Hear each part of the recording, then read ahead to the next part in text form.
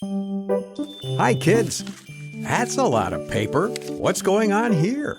We're writing our Christmas shopping lists. I see, Monica. So, what are you asking for Christmas this year? Oh no, Mr. Jacobs. These aren't lists of things we want. They're lists of what we're getting our family and friends. Yeah, we're way too mature to ask for anything for Christmas. That's so tacky. Yeah, super tacky is right. What was that, Artie? What was what? That paper that you hid under the table just now. I didn't hide anything. I must have dropped a page. Let me see if I can find it. Oh, let me help you. Don't worry about it, I've got it. So, what are you planning on getting your families? Well, my mom really likes a TV series about doctors and nurses in the Army, so that's why I'm getting her. And my dad likes golf, so golf balls are for him. Golf balls? Really? I never said he was good at it. What about you, Joy? I don't have a lot of money this year, so I'm thinking of making my family members a book of coupons. You mean like real coupons? Kind of. See? Each one is a personal thing that I can do for them. Like, Mom's has, Joy will make dinner and wash the dishes tonight. All she has to do is hand me the coupon and I'll do it. That's pretty cool. For her, I mean. That's not so fun for you. That's the point of a good gift. It costs the giver something. Is that how it works? Sometimes. I think that's a great idea, Joy. What about you, Artie? What have you got? Well, I'm having trouble deciding. Some are easy. Like for Zach, I just have to buy him a new video game and he's happy. Dad likes new tools, so that's easy. And Mom, well, she's tough to buy for. What do you mean? Well, I try to buy people stuff that they can use as part of their day. But my mom does a lot of work around the house, and well, buying her something for housework doesn't usually work out. You should have seen the fiasco when I got her a wooden spoon one year. That's a terrible Christmas present idea, Artie. Probably the worst ever. Okay, I had a lapse in judgment. Sue me. If you were my kid, I just might. Well, while you guys keep working on your lists, I think I'm going to listen to the radio. All right.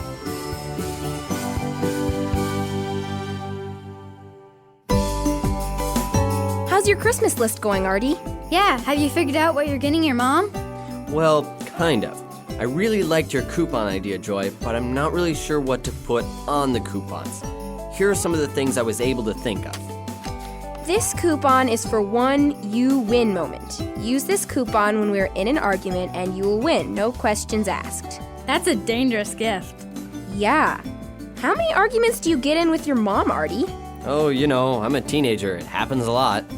How many arguments do you typically win? You mean on average? Yeah. Well, none, I guess. I think these will need a little more work. I was thinking the same thing, honestly. Are you done with your lists? I'm done with mine. I've got something on here for all the important people in my life, so no peeking any of you. Aw, thanks, Monica. What's the matter, Joy? Oh, just something you said just now. You know, the important people thing. Did you forget someone? Well, kind of. What am I going to give Jesus for Christmas? Jesus. Sure, it is his birthday after all. What do you think he wants? Man, and I thought shopping for my mom was gonna be hard. What do you think God likes? Scented candles? Maybe? Mr. Jacobs, we have a question about God. Oh, really? Yeah, we want to know what God would like for Christmas. Yeah, he's already got everything. What more could he need or want? Huh. That's an interesting question. And a good one. God does have the entire universe, but in the Bible there's a parable that might answer this question. And I might have a script about it. I'll be right back.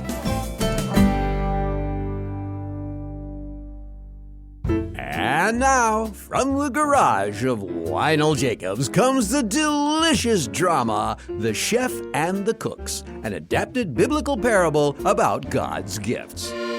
Once upon a time, there was a very fancy restaurant. We serve the best foods in the city. No lie, it's magnifique.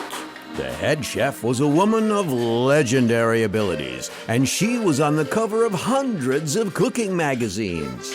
It's nothing really. All you need is a little creativity, a little garlic, and a lot of practice. One day, the chef called her cooks to the kitchen and set before them a challenge. A challenge? Indeed, you have both worked for me for several years.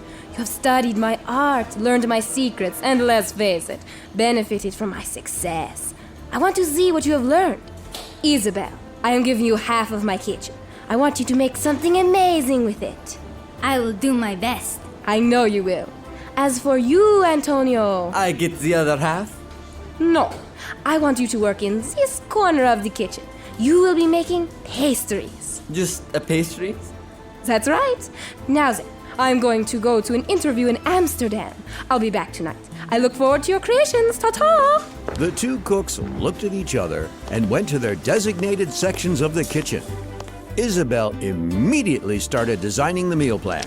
I think I'll start with a dish of barbecued spare ribs and decide the Caesar salad and see where that leads me. Antonio, on the other hand, looked at his little pastry table and scowled. Desserts, just desserts. Isabel gets free reign of the kitchen, and I'm stuck doing desserts. What do we have here? Just the basics. The day went by quickly, and soon the head chef walked in. Smells wonderful, Isabel. I feel transported to Tennessee with that aroma. I knew you'd like it. Try the gray stuff. It's delicious. Now then, Antonio. The chef looked around at the dessert table, but not one crumb was to be found. Antonio, where's your masterpiece? Is it sitting in the fridge? No, ma'am, I didn't make a dessert. You what? I knew that no matter what I made, it wouldn't have been good enough for you. You expect me to make something amazing with just this little corner of the kitchen? It's impossible. So I did the next best thing and cleaned the workspace as best I could. It's even shinier than when you left. As you might have guessed, this didn't go over very well with the chef. You mean you made nothing? Not even a loaf of white bread? Not even a cake or a batch of sugar cookies? You could have done anything, and you chose to do nothing? You wouldn't have been happy with it. I didn't have enough to work with. Antonio, I would have been happy with the biggest failed experiment if it meant you tried your best, and I don't even have that. Isabel? Yes? I am putting you in charge of my kitchen. Congratulations. Thank you, ma'am. What about me? Well, since you did a great job cleaning up, I guess you'll do well as a dishwasher. Isabel, no need to wash up. Antonio's got it. The moral is that God gives us gifts, like talents, skills, and even the things we own, so that we can do great things for Him. It doesn't matter if God has given us all kinds of things or just one. He wants to see what we will do with His gifts. By doing our best and exploring His gifts, it's like giving God a present in return. If we don't, then we will have nothing to offer God. And that's not a great present, is it? Looking thoughtful there, Artie. Everything okay? Yeah, are you still working on your list? I finished mine a long time ago. No. I mean, I am, but that's not what I was thinking about. Okay, so what's up? Well, I'm kind of concerned. You know how you said in the drama that we're supposed to use our gifts, and if we don't, then that's wrong? Well, I remember saying something like that, yes. Well, what if you don't have an opportunity to use your gifts for God? Like, what if I was good at, say, cooking? Real original there, Artie. It's an example, Monica. But what if there are already people who are better at cooking than me that did all the cooking? What if they were so good, or mean even, that they didn't let me cook too? What then? This is a good example, and we can imagine the same thing happening for pretty much any gift. Chances are there'll be a time in your life when you won't be able to use your talents or other gifts. But like it says in Ecclesiastes 3 and Galatians 6, there are different times and seasons for things to happen. And just because you're not able to do things now doesn't mean you never will. In times like these, I would say the best thing to do is to practice and learn. Yeah, maybe there's something else you can learn to do. Or maybe it's time for you to teach someone else. That's a good point, Joy, which just reminded me.